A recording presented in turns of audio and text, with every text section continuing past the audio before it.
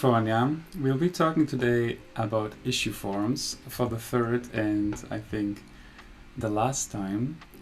In the first two episodes, I've set up issue forms, but I've run into problems first with issue forms themselves and later with the way I parse them using Stefan Book's issue parser action that I will show you in a minute. But yeah, we resolved the problems in Stefan's parser, so the flow is all working now. So yeah, in this show I want to do two things. First, I will show you how the whole system works and actually use it. And then I will show you how to create local tests for actions so that you can iterate much faster. And you don't need to make your changes locally, push it, maybe create a new issue only to test your code. It takes a long time and it just creates a lot of noise as well, especially if you work in a team. That is not really an option.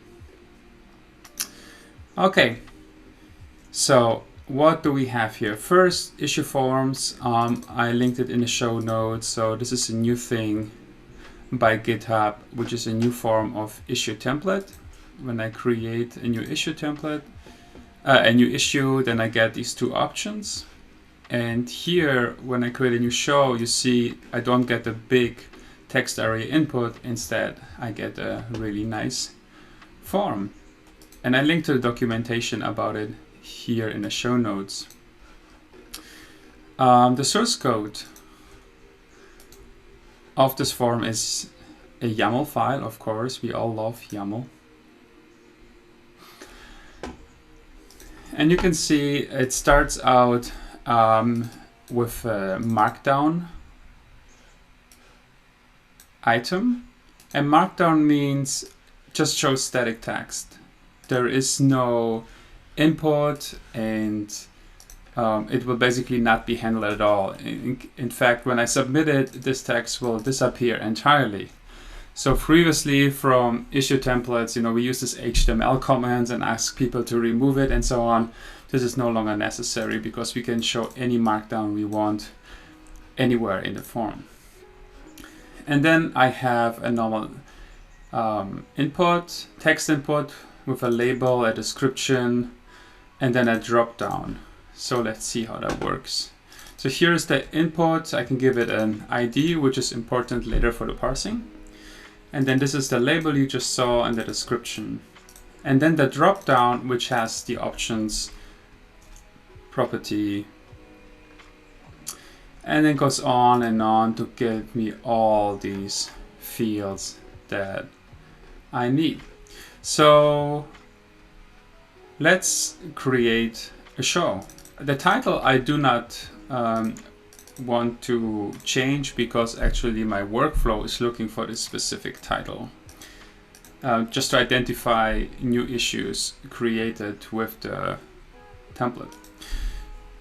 So the title of the show next week will be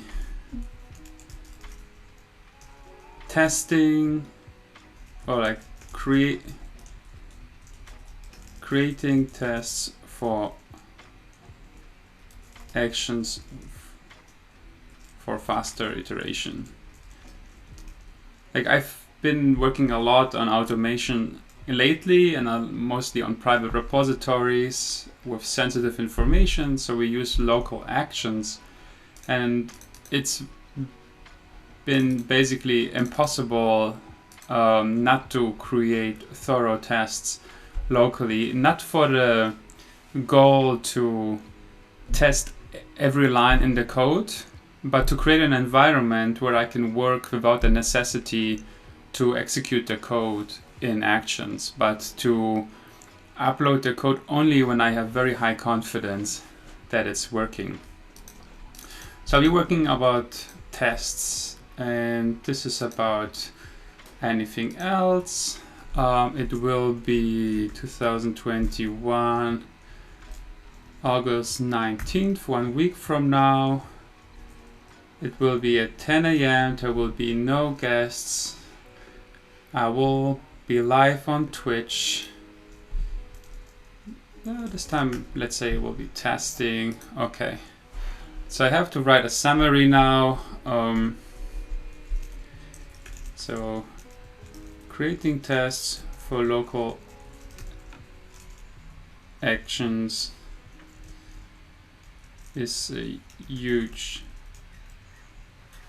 time saver. It enables quick iteration and avoids regressions once problems occur. Like this. Outline, I don't know yet. I will create tests for the existing actions in this repository. There's no special preparations for it. All right. So let's submit it and see what happens.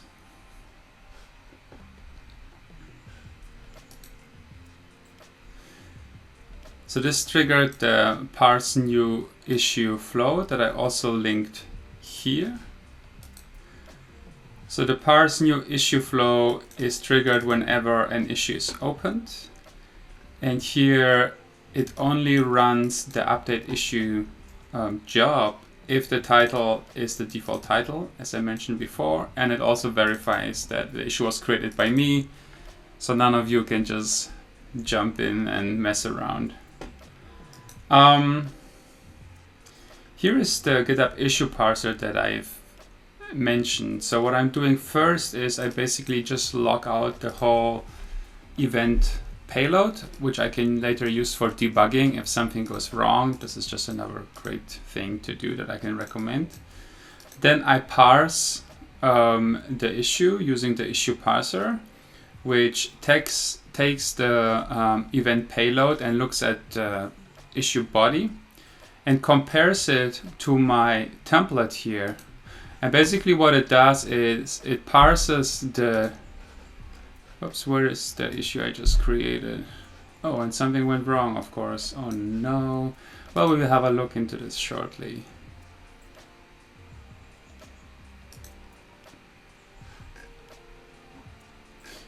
So, but it was parsed correctly, so that is fine. So basically, when issue was first created, it looked like this. This is a level 3 header for with the label, and then this is the value, and that's the same no matter if it's with Dropbox or checkbox are a little bit different, but it's basically the same, and it says no response if I didn't enter anything. So the issue parser takes this, parses it, finds all the level 3 titles, and then compares these titles to the titles in the fields in the YAML file, so it can find the ID based on the title. And then, let me see.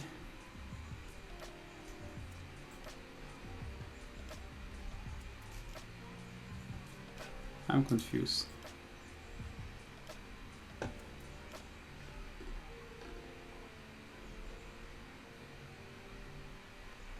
Oh, okay, I see what happened. So this is actually the action that I was talking to. So that one worked. You see here it locked out the entire payload of the event. Oh no, that was here. So here it's logging out the entire payload. So you see the action and the issue property and so on. Then it's parsing it, and now you see the object where it actually parsed the form, and now gives me a nice JSON object where it's not using the label but the IDs, as I mentioned, with the values. And this is much nicer to work with, and I think GitHub should provide basically this information out of the box, at least when an issue is created. But for the time being, Stefan's issue parser is a great polyfill. So once we have that, we can parse the new issue with the JSON, which is what happened here in my script that I will show you in a minute. And it basically updated my issue body from this to now this beautiful format here, which matches the format that I need for my automation to work. At least I thought so, because some of the actions just failed spectacularly, and I will look into that in a moment. Okay, let me show you the parse new issue action that is called after the issue is parsed. So I can show you the workflow again as well. So here we parse it, we log it out, and then we run our parse new issue action here and pass the GitHub token and also the JSON string of the parsed issue. So here is where we get the JSON. We parse the JSON string, so we get actually an object for the parsed issue. And then I read out all the information I need. And here is my new body that I then generate using that information. And then I update the issue where I update the body, the title, and also add the show label. And that's it. And finally it works. It only took 3 episodes, but you know, we're living on the edge here. Okay, so something went wrong, which might be a good segue to the next show about testing. Let me see what happens. Basically, this issue was updated. I added the show label and I used my own personal access token instead of a GitHub action provided token, which means that this event triggers our GitHub actions, which is what I want. So we parse it here, and then this is my handle show issues action, which failed. But then it ran again, and I wonder why. So, oh, it didn't fail. It just didn't run. So this is just, I don't understand why this is a failure, because it was just skip. So that's fine. So this now all worked. So basically, it updated the shows in the README and it updated the crons. So let's see if that actually works. Yep. So we have the new show already listed here in my repository, and in the GitHub workflows, we should also 6 minutes ago handle show announcement and handle show start. You could see that the crons have been updated here. So this will basically run on August 19th at 4:30 p.m. UTC time, which is 10 a.m. or like 9 a.m. Pacific time. So this is the announcement. This tweets out half an hour before.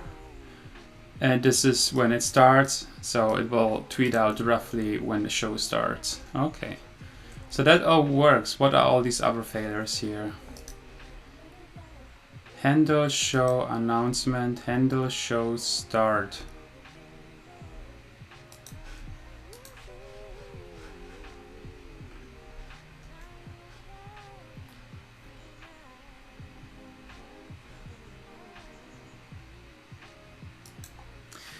So it complains about the format, handle show announcement. So it basically complains that schedule is here without any crons, without any like cron items, but that shouldn't be the case. So when I go to the latest version, now we have the cron item here. So there was a previous version, and this is like a known bug that just creates a lot of noise. If I don't have any shows announced in the future, then basically this will be a root and schedule will be an empty array, and that is not permitted. So I should come up with something smarter just to avoid that error. Okay, but I think we are good. I'm not sure.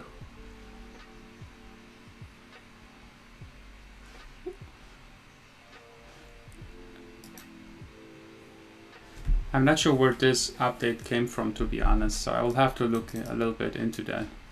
But anyway, despite all the errors shown, the actual functionality worked.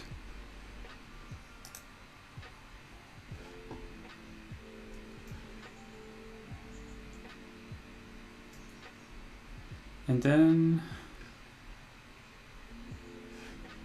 14 minutes ago, it also ran successfully, which should have updated my Twitter, and that worked as well. So you see, it now tells that I'm live here, and it updated my name and the URL, so all that automation works. You can look into my past shows on Twitter integration and automation, how that is all working. All right, let's go back to our issue for today's show. So we kind of explained how it works, and now I want to show you how I created the testing for this action.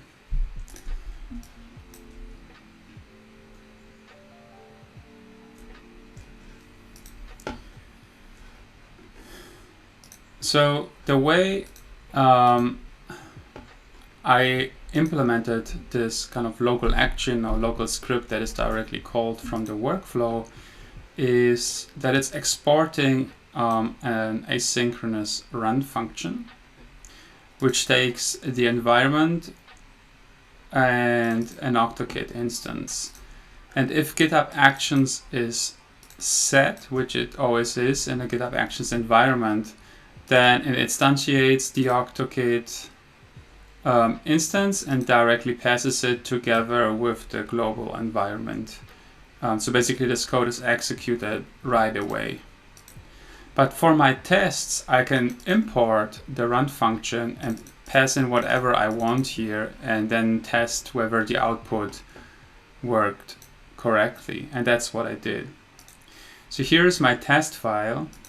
I don't use any fancy test runner at all.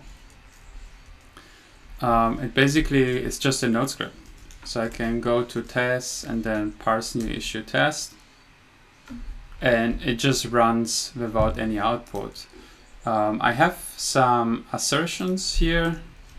So for example, if these wouldn't fit, then it would show me that something was wrong here, that these execs are wrong, and also the exit code. Wait, what is? Yep. So the exit code was 1, which means this will fail in CI. And the next episode, I will also show how you can run these tests and others as part of your CI. But for now, I will just walk you through how this current test works. So here I'm mocking the environment variable that I will pass directly into run here. And then also my mock OctoKit, which is here, on which I directly define a request function. And then I check basically if the route is passed to update an issue, then make sure the pass parameters are what I expect. Otherwise, if like a route came up that I didn't mock, then it just throws an error and tells me so. And yeah, that's it. that's basically all there is to it. And that now permits me to run my action locally. Not 100% the same as it was when it's run on the GitHub repository, but it still helps me to catch so many bugs, which I would have otherwise only caught once I push my code to GitHub Actions. Maybe one thing I want to change is I want to move out this huge body string here, because this kind of makes it hard to read, and usually a big file like this we put into pictures. So, I already created a file here.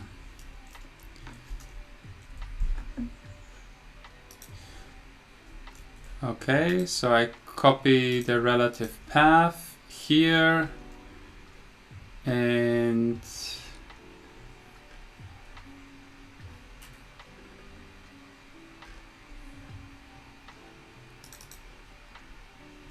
okay,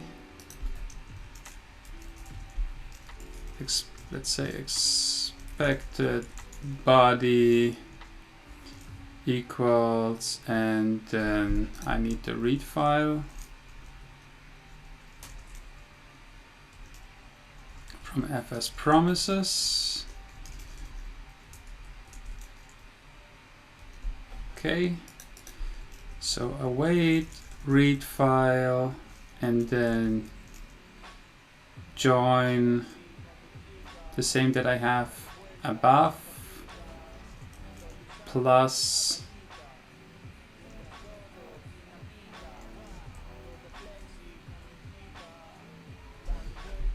and I need to read it out as UTF-8. Okay, so I don't need the test because I'm already in a test folder, and then basically I can do something like this. The dir name variable no longer exists when using ES modules, but it's easy to recreate with a single line. So basically now we have the directory name, and that's what we want. And now I can say compare to the expected body. And now it's much more easier for me to go and say, like, I want to change how the output comes out. Like I don't know, change the title to number 2 or something. In fact, it changed a little bit because I used prettier. So, there were like a few multi-lines like this, and when I save it, it automatically gets fixed. So I think that my test will fail now because the formatting slightly changed. So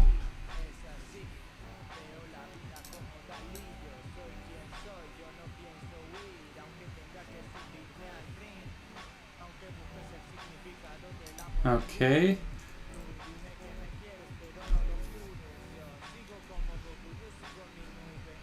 this diff is not very helpful, but let's see if we can figure it out. So I think it tells me there is just between the first 2 episodes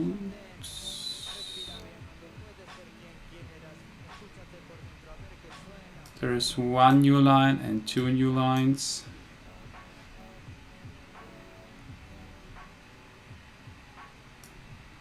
Odd.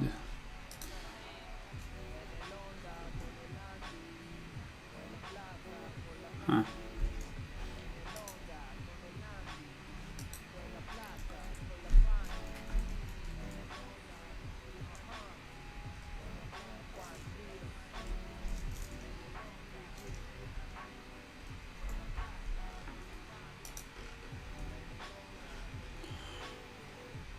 Okay, so that part works. I don't actually know where this carrier return is coming from at all. Oh, here. Why is it here? Huh. Okay. Do I have any more of these?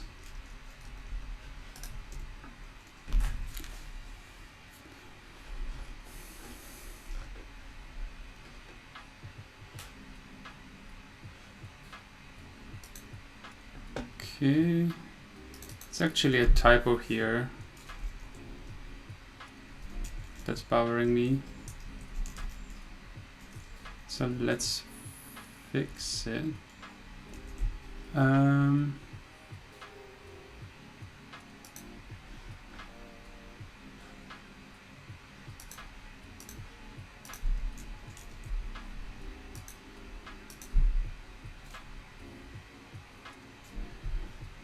Oh, I see. Well, we should move the parse JSON also into fixtures. Right now I have the parse JSON here, and this is a huge line. It will be much better, I think, to just move it into parse issue.json. Let me close the terminal for now. Okay.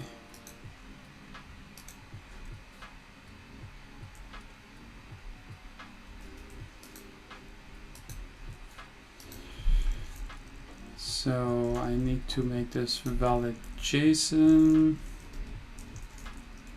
Okay. And here is where we have the RNs, and I don't want these. I just want normal new lines. Okay. So we have that, and now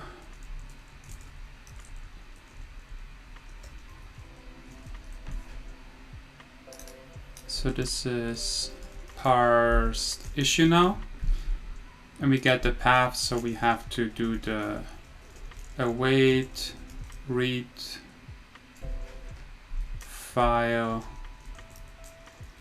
and then pass UTF-8, otherwise we'll get a buffer. All right, let's try this again.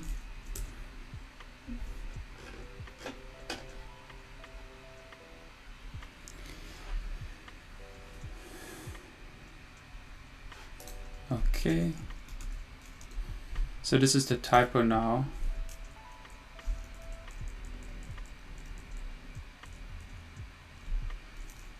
To episodes. Okay, what else?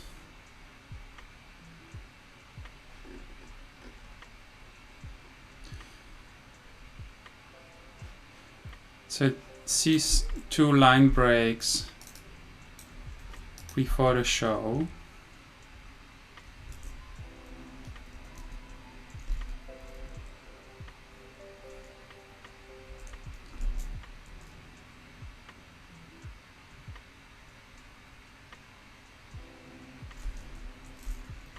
So I wonder if I can just trim this.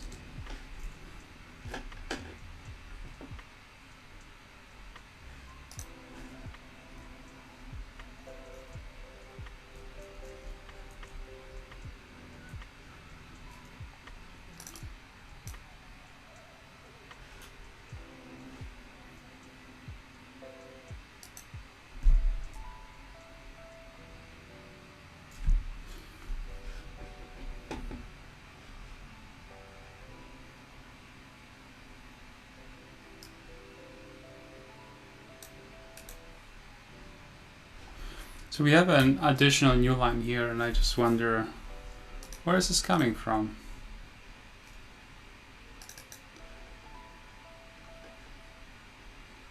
Parse issue. We have the parse issue there.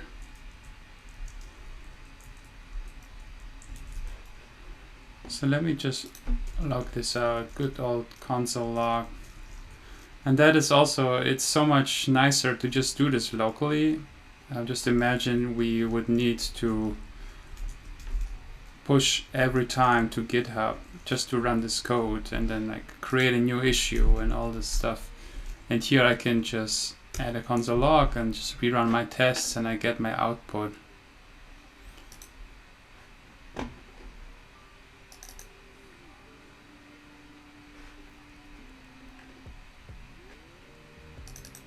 Oh, I see. Okay. So if I added additional to-dos, then they will show up here, but I don't have any, so we'll just replace with an empty string, which results in 2 new lines. So I think I'm doing something else here. I think I already have the prettier package installed. No, I do not. So I will install prettier, and then basically, instead of messing around with little formatting differences here, I will just format.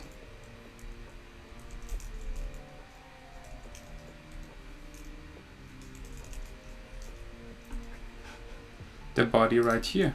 So prettier, I think it's called format, thank you. Not Babylon, but Markdown.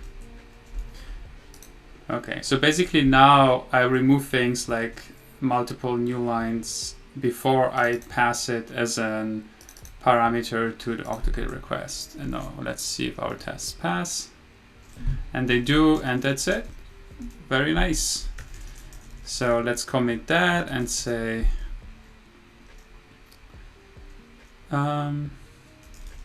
test move. Oh, this is for parse new show issue, move parse issue and expected issue body into picture files. And let's pull the latest changes because the README was updated with the new shows, and push again. All right, and that's it. I would say that's all I got for you for today. Next episode, again on Thursday, 10 a.m. US Pacific time. I will go more thoroughly into how to create a good test setup if you create all these little scripts that you use in your workflows for automation. So yeah, hit me up in the issue number 45 if you have any questions, or ask me on Twitter and I will help you out. Thanks.